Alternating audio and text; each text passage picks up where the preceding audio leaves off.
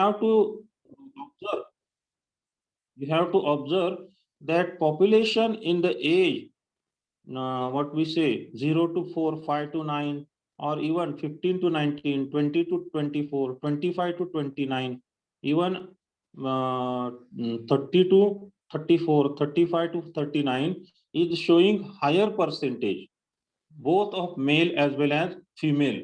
Now, what it leaves as an effect on development when population in the age group 15 to 19 or up to 35 to 39 is in the highest percentage out of total population. If population under age 15 is 36%, then that population depends on its basic needs with their parents. And if population between 15 to 35 or 15 to 45 is another 60% or 50%, what disadvantage they have? Although they have advantage that it is working population, it's their working age, they become asset for their family as they are earning member.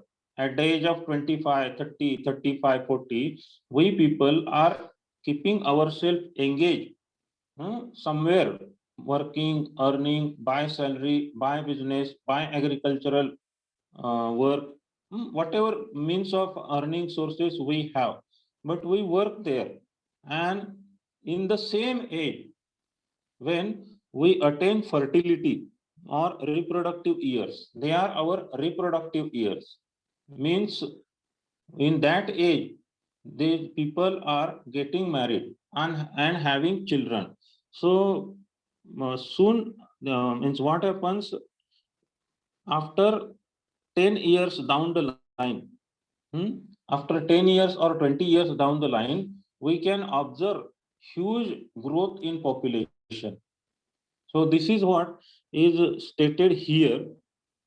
Now, India's youth bulge, male-female ratio is almost like a mirror image. We can see that people till age group 34 have contributed the highest percentage of population. Below 15 age population is having 36% contribution. Above 15 age population till 34. Even if we calculate till 44, it is another 36 to 40%. So these all factors of India's population growth are having advantages partly and disadvantages more. What is stated about economic development with reference to population growth? The rapidly growing population affect India's impressive economic growth and commitment to improving the living standards of its citizens. We have discussed earlier too that whatever efforts we are taking, it is not to satisfy our basic needs. A beggar also gets food for 2 times. He is maintaining his health and he gets place somewhere to sleep, somewhere to uh, uh, get his clothes. But that way, nobody is living and nobody expect that type of living standards too. What is our aim? We all strive to, struggle to, work for, put our efforts, best efforts to maintain or to increase our living standard. And to maintain in living standard or to increase living standard, we need money. Nothing comes free. So these all factors develop affect economic development. The economic growth primarily is due to a huge increase in the size of the middle class consumer population, a large workforce comprising skilled workers, good education standard, and considerate foreign investment. So economic growth primarily due to a huge increase in the size of the middle class consumer. All the population is between 15 to 45 that has increased from lower middle class or poverty line population, below poverty line population to middle class. And because of this middle class, their demands from the market their requirement for their living standard has increased, and that way India became a very potential market for investment. All Indians, how they are living at present. Today, India is one of the fastest growing economies in the world. The economy of India is the 10th largest in the world by nominal GDP and the third largest by purchasing power parity with 4,739 billion US dollar. Now, according to the International Monetary Fund, India is the 19th largest exporter and 10th largest importer in the world. What we do when we export something? What is meant by export? Students, please let me know. Very simple thing.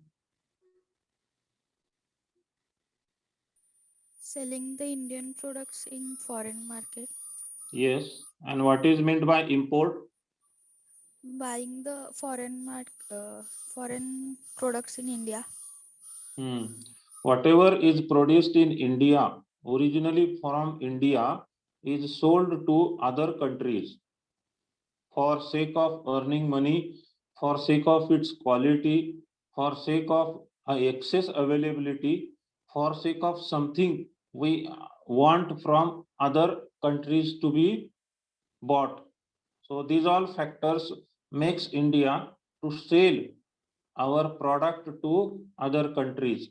Now we are having products like Alfonso mango, coconut oil, fish like pomfret or kingfish, rice, Delhi rice or basmati rice, and many other wooden furnitures, and such type of n number of products which are number one quality.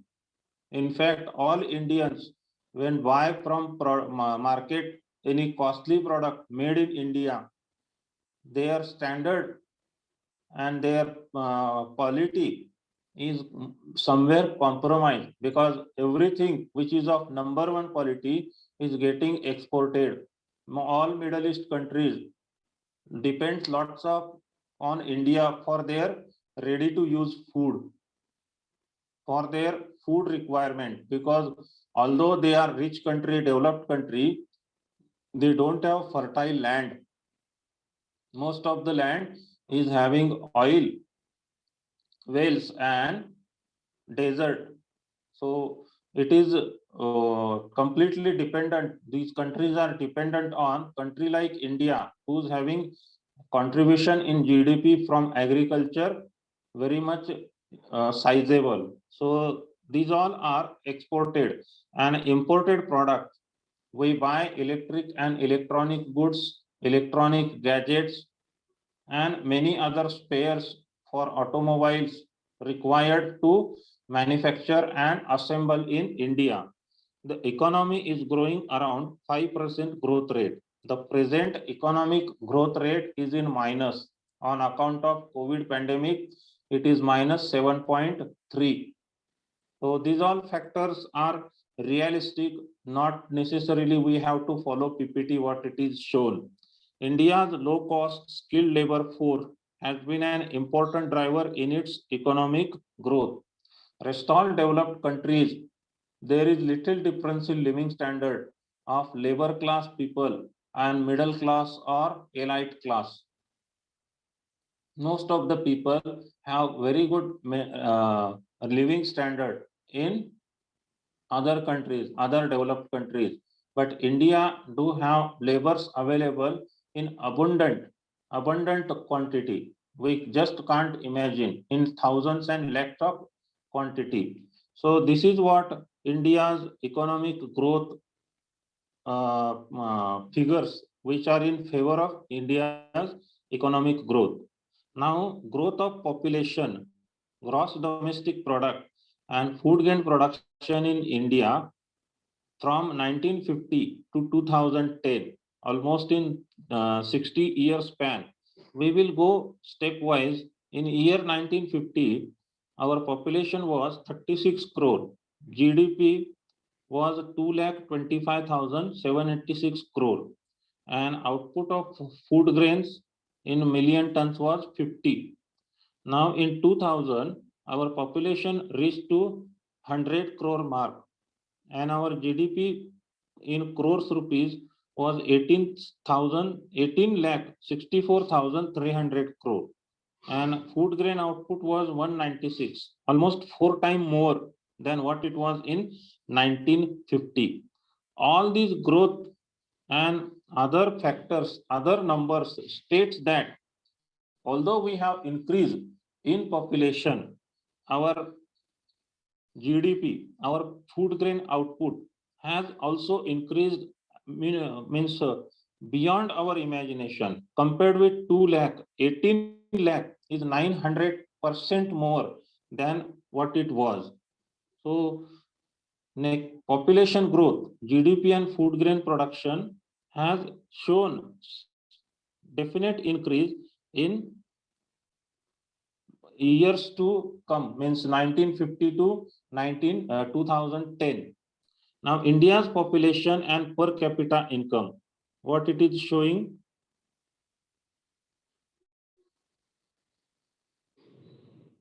In 1953, India's per capita income was 1.80%.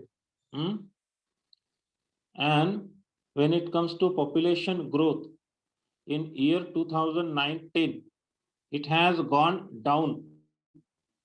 It is in minus. So all these factors, recent factors from the decade 2001 to 2011, it is showing very positive numbers or hopeful numbers for Indian economy.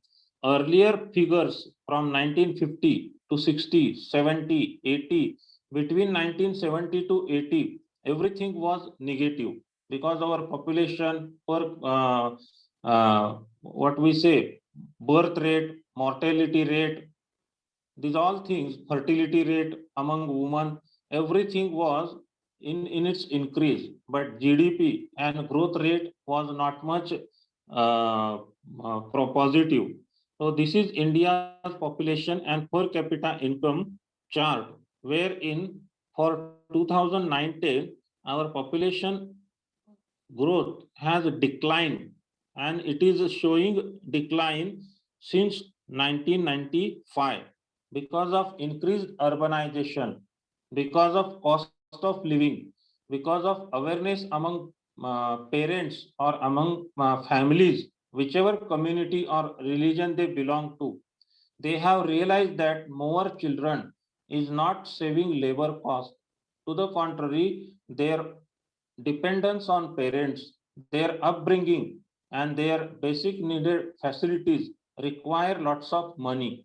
And that's why people now and most of the families are going for and choosing option of family planning after second child. So these all factors, and even government have uh, applied or opt for strict measures for population control. Most of the third children, earlier it was fourth child, most of the third children will not get education facility for free. They are required to make payment of their fees in educational facilities what they are availing. So these all factors have controlled India's population very surprisingly. Now, labor force and economy. India's large population is an important asset and the key to the economic future of our nation. What it is said, our ex-Prime Minister Jawaharlal Nehru, he is saying that instead of counting population as challenge, difficulty, or threat to Indian economy, we have to consider it as important asset. And it is the key to economic future of our nation. Now, there is one Cole and Hoover model of economic growth. Now, the growth in labor force and the amount of capital available per level. That is their main indication, indicated that the rate of economic growth in a developing country is primarily determined by two factors. These two factors are labor force growth and amount of capital available per labor. Now, population and labor force, how it is interconnected. Around 36% of India's 1 billion population are below the age of 50 years. Those between 0 to 15 years, girl child or boy, belongs to 36% population of India.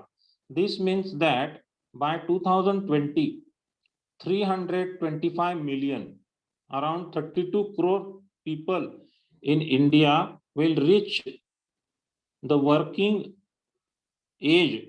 India will have the largest working population in the world. That means already we have reached to the 32 crore 50 lakh people in the working age. This expected rise in India's working population comes at when the development world is faced with large aging population. When rest all world is having aging population more, our very own country will have 32 crore 50 lakh people in their working age. Now, US will be short of 17 million, 1 crore 70 million people of working age, 10 million Indian uh, and 6 million Russia. Russia, America will fall short of working age people. Their population in above 50 age, above 60 age will be more, and our population will have almost 32 crore people. Entire America's population is of 35 crore. That's too, their working population is lesser than what they have for senior citizens. But India now in 2020 and 21 have the highest number of working population. Against this, India will have a surplus of 47 million working age people.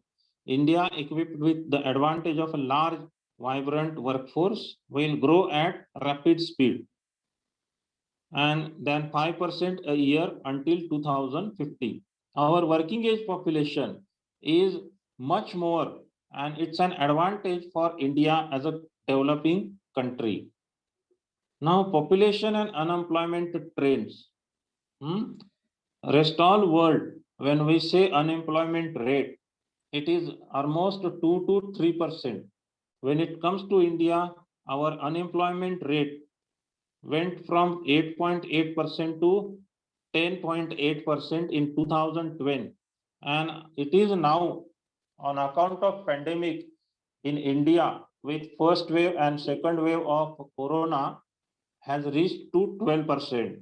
All these updated figures, please have look whenever you are watching TV news channel.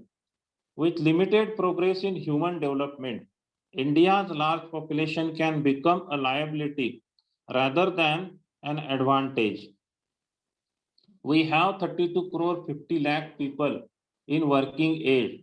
It's not necessary that all those 32 lakh 50 crore people, based on proportionate to their knowledge, skill, experience, are having work in their hand. It's quite possible that out of that much population, when we talk of 10% of population also of 32 lakh, it makes 3 crore 20 lakh. It's quite possible that all the working age population of 3 crore 20 lakh in number is jobless now. This entry contains the percent of the labor force that is without job. So these all factors, when we talk of unemployment rate in percentage, if it is shown 8.8% in 2002, how we have to calculate it in number when it comes to population in working age between 15 to 45? If a number of people in working age are 32 crore 50 lakh. Even if we take 32 crore, 8.8% into 32 crore, that comes around 3 crore people, or 2 lakh, 2 crore 70 lakh. So that much population of India is unemployed.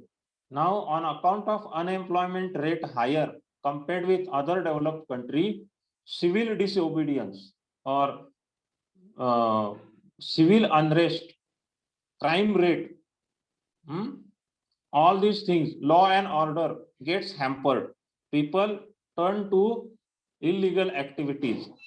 Whatever way they want to earn money to satisfy or to fill their basic needs, they opt for illegal, unethical practices. So this is what effect of unemployment rate. Now, poverty, despite of booming economy, India a 9 billion jobs program and a 9 billion jobs program, India ranks poorly in poverty indicators. What it is? Countries with the largest percentage of people living on $1.25 or less per day. It makes how much dollars per month? 175, or what we say 30 plus 75, 37.50 per day. Even if we count $40 per month, it is $480. But by 2020-21, we have reached around $2,011.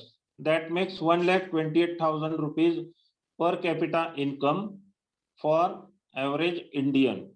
Now, India is having 41.6% poverty rate. Liberia, Burundi, Rwanda, Tanzania, all these South African countries, Madagascar, Central African Republic, Mozambique, Congo, Mali, Bangladesh, Guinea, Nigeria, Ethiopia, these all countries do have poverty rate very much higher. Now, capital information adversely affect the capital formation. More resources are used for meeting the fast increasing population needs, and this leaves less resources for increasing productive capacity of the economy. More the population, more the resources will be used for meeting population needs. And because of meeting population needs, increasing productivity capacity of the economy becomes less. Now, overstrained infrastructure. You had been to Mumbai anytime, student? I am giving you one very classic, very popular example of overstrained infrastructure. How many of you had been to Mumbai? Don't just listen to all the explanation. Part of you have to participate.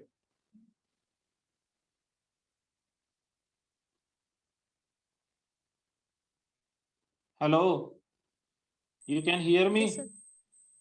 So, Yes, sir. what is the option for all Mumbai people for transportation? Majority Local train, sir.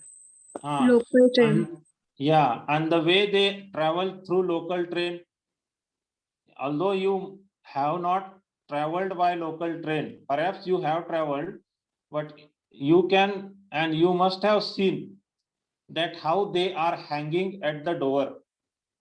What it indicates, its infrastructure, transport facility, educational facility, road development, whatever infrastructure is maintained and made available, created by government, it is overstrained. When we are traveling by this 9+1 auto rickshaw or tempo traveler, cruiser, almost 13-14 people sits inside. Local transport with cruiser, tempo traveler, or Tata Sumo. What they do? They are pushing people, passengers inside, additional 4 or 5. So these all things are examples of overstrained infrastructure. Today, high population densities have led to overloaded infrastructure in urban areas. 27% of India's urban population today live without sanitation. 24% live without access to tap water. The population of India's major cities is expected to increase by 2010, average of 25% by 2020. Now, India's population will be 72% urbanized by 2020. It is estimated that India will require construction of 3.6 million housing units in urban areas every year. 3.6 million makes it 36 lakh. Every year, 36 lakh housing units are required in urban area. Now the population ratio between rural and urban area is 45% of Indian population is now living in urban area and 55% is in rural area. That way, urban population is having more need of housing units. So to address additional population requirement. In continuity, what it said for economic growth, the annual growth in India's population alone is estimated to require the opening of 66,000 new primary schools and 3,000 new health centers every year. So when we are talking of school education or even from school to KG to PG, there is sizable freedom given for private education establishments. They can start up their venture, they can add up infrastructure, and those all who are having requirement for school education, they are getting accommodated. In a decade 90 up to 2000, after completion of 10th standard exam and passing 10th exam, it was very difficult for students to get admitted in 11th standard science, arts or commerce specific classes, and especially for engineering, because number of seats available were much lesser than number of students who passed that exam.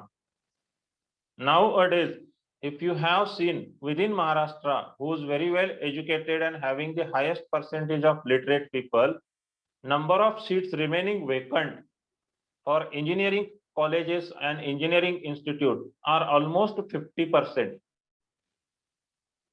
That means whatever education is provided by our state government funded and non-aided educational institute is much better than what it was earlier. People do have tendency or having inclination towards English medium schools. That's the reason in urban area there is slight decline for primary schools with regional medium, for Maharashtra Marathi, for Gujarat Gujarati, for Karnataka Kannada.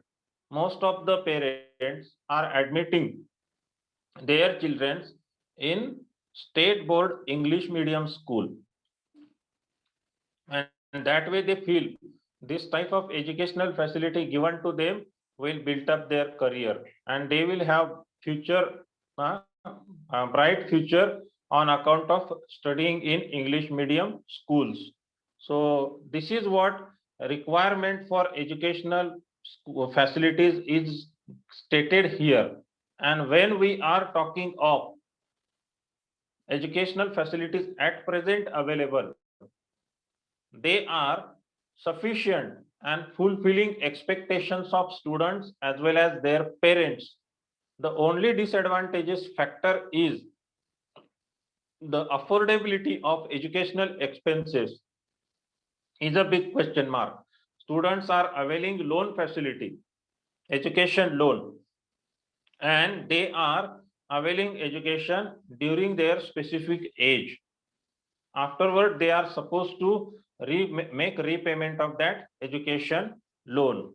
Now, 3,000 new health centers every year. When we are talking of health centers, healthcare facility, or everything that is related to common citizen of India having facility of healthcare. Around 1 week ago, we had calculation of India's total population, 133 crore. Out of that 133 crore, present infected COVID patients are not more than 3 crore. Around 2 crore 70 lakh or 78 lakh patients have already cured. When it comes to severe patients of corona, they were not even 3 lakh of total population. And those 3 lakh were not been able to get at right time life support systems like oxygen and ventilator. Some hospitals were having these facilities, but beds were not available. And on account of this demand and supply shortfall, many innocent lives have gone. They are dead. So this is what, as a healthcare facility, Indian government have developed in last 70 years. When we compare our healthcare system with other countries' healthcare system, we are lacking much behind. So that way, we have yet to develop a lot when it comes to healthcare facilities. Effects on agricultural land. Effects on agricultural land of population. Population effect on agriculture land. The total area of the country is fixed and where agriculture is predominant. Agriculture was predominant on account of its GDP contribution. Now services, manufacturing are also supporting agricultural contribution. Now population increase at a faster rate, larger speed needed for dwelling units, roads, factories, etc. So these all facilities are having increase in population with faster rate, needs different types of necessities. An estimated half of India's 32 crore 90 lakh hectares of soil is degraded. India's half of the India soil is degraded. What does it mean? Earlier it was fertile soil. Now it is not meeting the requirement for fertilization. India will lose all its productive land to desertification within 200 years if the present annual loss of land continues. So there won't be any food sources available to India, and for that reason of 135 crore present, don't know how much it will be after 200 years. We will have to depend on food and food products on other country. For food and other food related products, we have to depend on other countries. Small size of land holdings results in wastage of land and capital and productivity is adversely affected. So these all factors of population increase have made on agricultural land. Agricultural land is used for creation of infrastructure, creation of dam on river, creation of residential and commercial properties. And that fertile land is used for some other purpose on account of population increase and to meet its demands. So this is the effect. In fact, negative effect is shown here on account of population increase on agriculture land. Effect on water and grassland. What is the effect on water and grassland? The water table in India is fastest growing in year 2010. It is predicted that we will require around 38 million of water centers or water providing centers by 2025. Now, common property such as grasslands has declined by 25% through encroachments and over cultivation. Now, encroachment is relevant with using that grassland for establishing factories,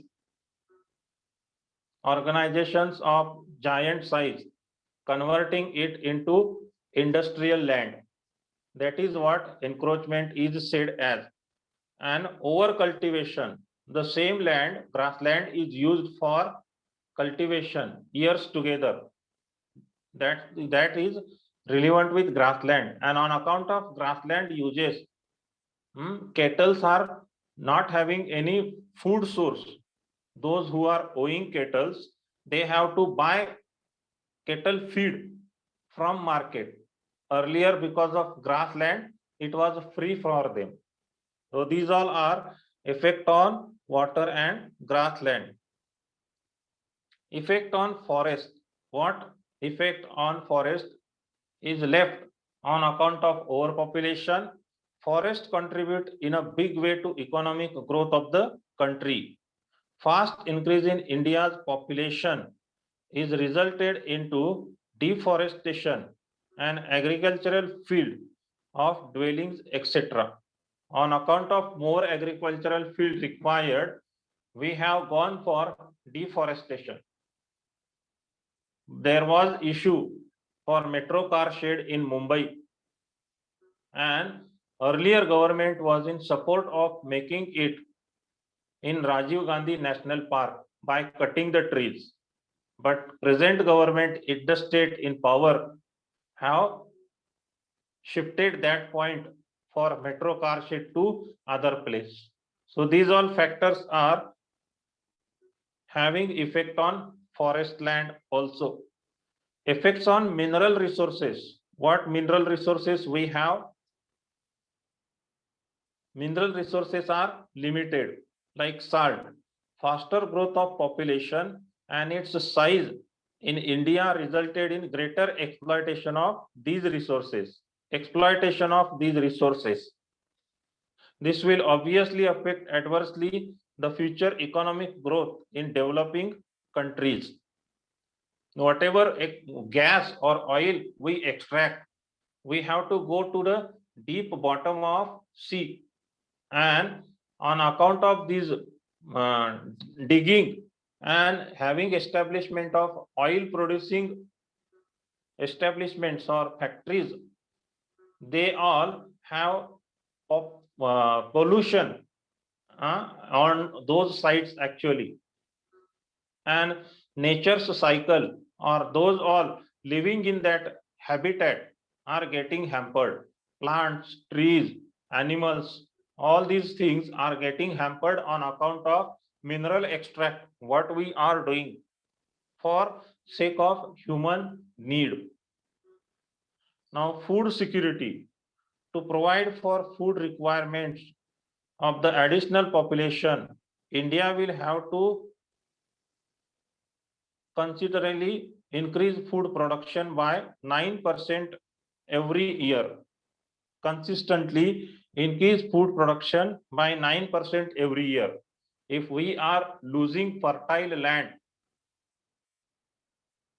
increasing food production, to the contrary, will be a big burden on Indian agricultural sector.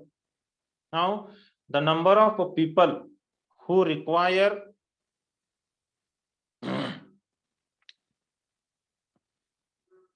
superiority would double in 50 years. The number of people who require food subsidy would double in the 50 years. greater pressure would be placed on the government to provide food subsidies.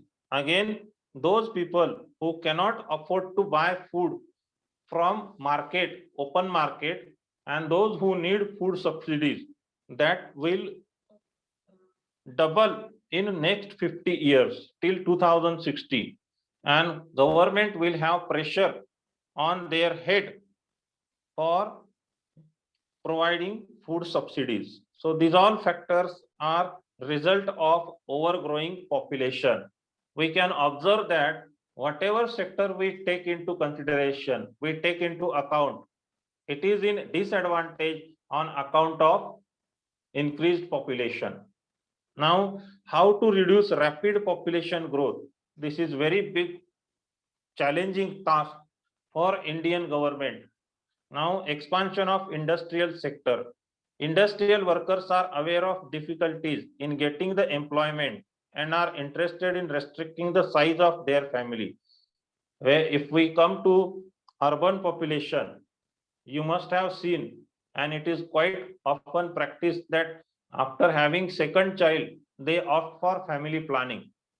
These days, they are preferring to have only one child also, either boy or girl, because industrial worker with their meager income source, which depends completely on job which is available in industrial sector, they cannot afford to have more family members. And that way, with increase in industrial sector or expansion of industrial sector, which requires specific type of knowledge, skill, population can be taken under control. Population growth can be taken under control. Creation of employment opportunities in urban areas. The housing problem and the cost of upbringing of children in urban areas are the two factors which usually deter people from having big families. So with increase in urban areas and awareness created among families, population can be kept under control. Now, equitable distribution of income and removal of poverty. Poor people have virtually no interest in limiting the size of the family. Why? Because they are under perception, they are preoccupied that more number of children will result into more number of wages. So all poor families will not be interested in limiting size of family. Most of the poor families have more number of children, and most of the rich families, middle class families, have limited number of children. Increase education, employment and wages for women. Education often changes the attitude of person towards family, marriage, and the number of children he or she should have. So education increase, literacy rate increase, employment increase for women will decide and will have liberty at women that how many children they will have. These all are some features which can control our population. Increase the minimum age child labor. What is the minimum age for children working in India? A child can start working at what age? You have any idea?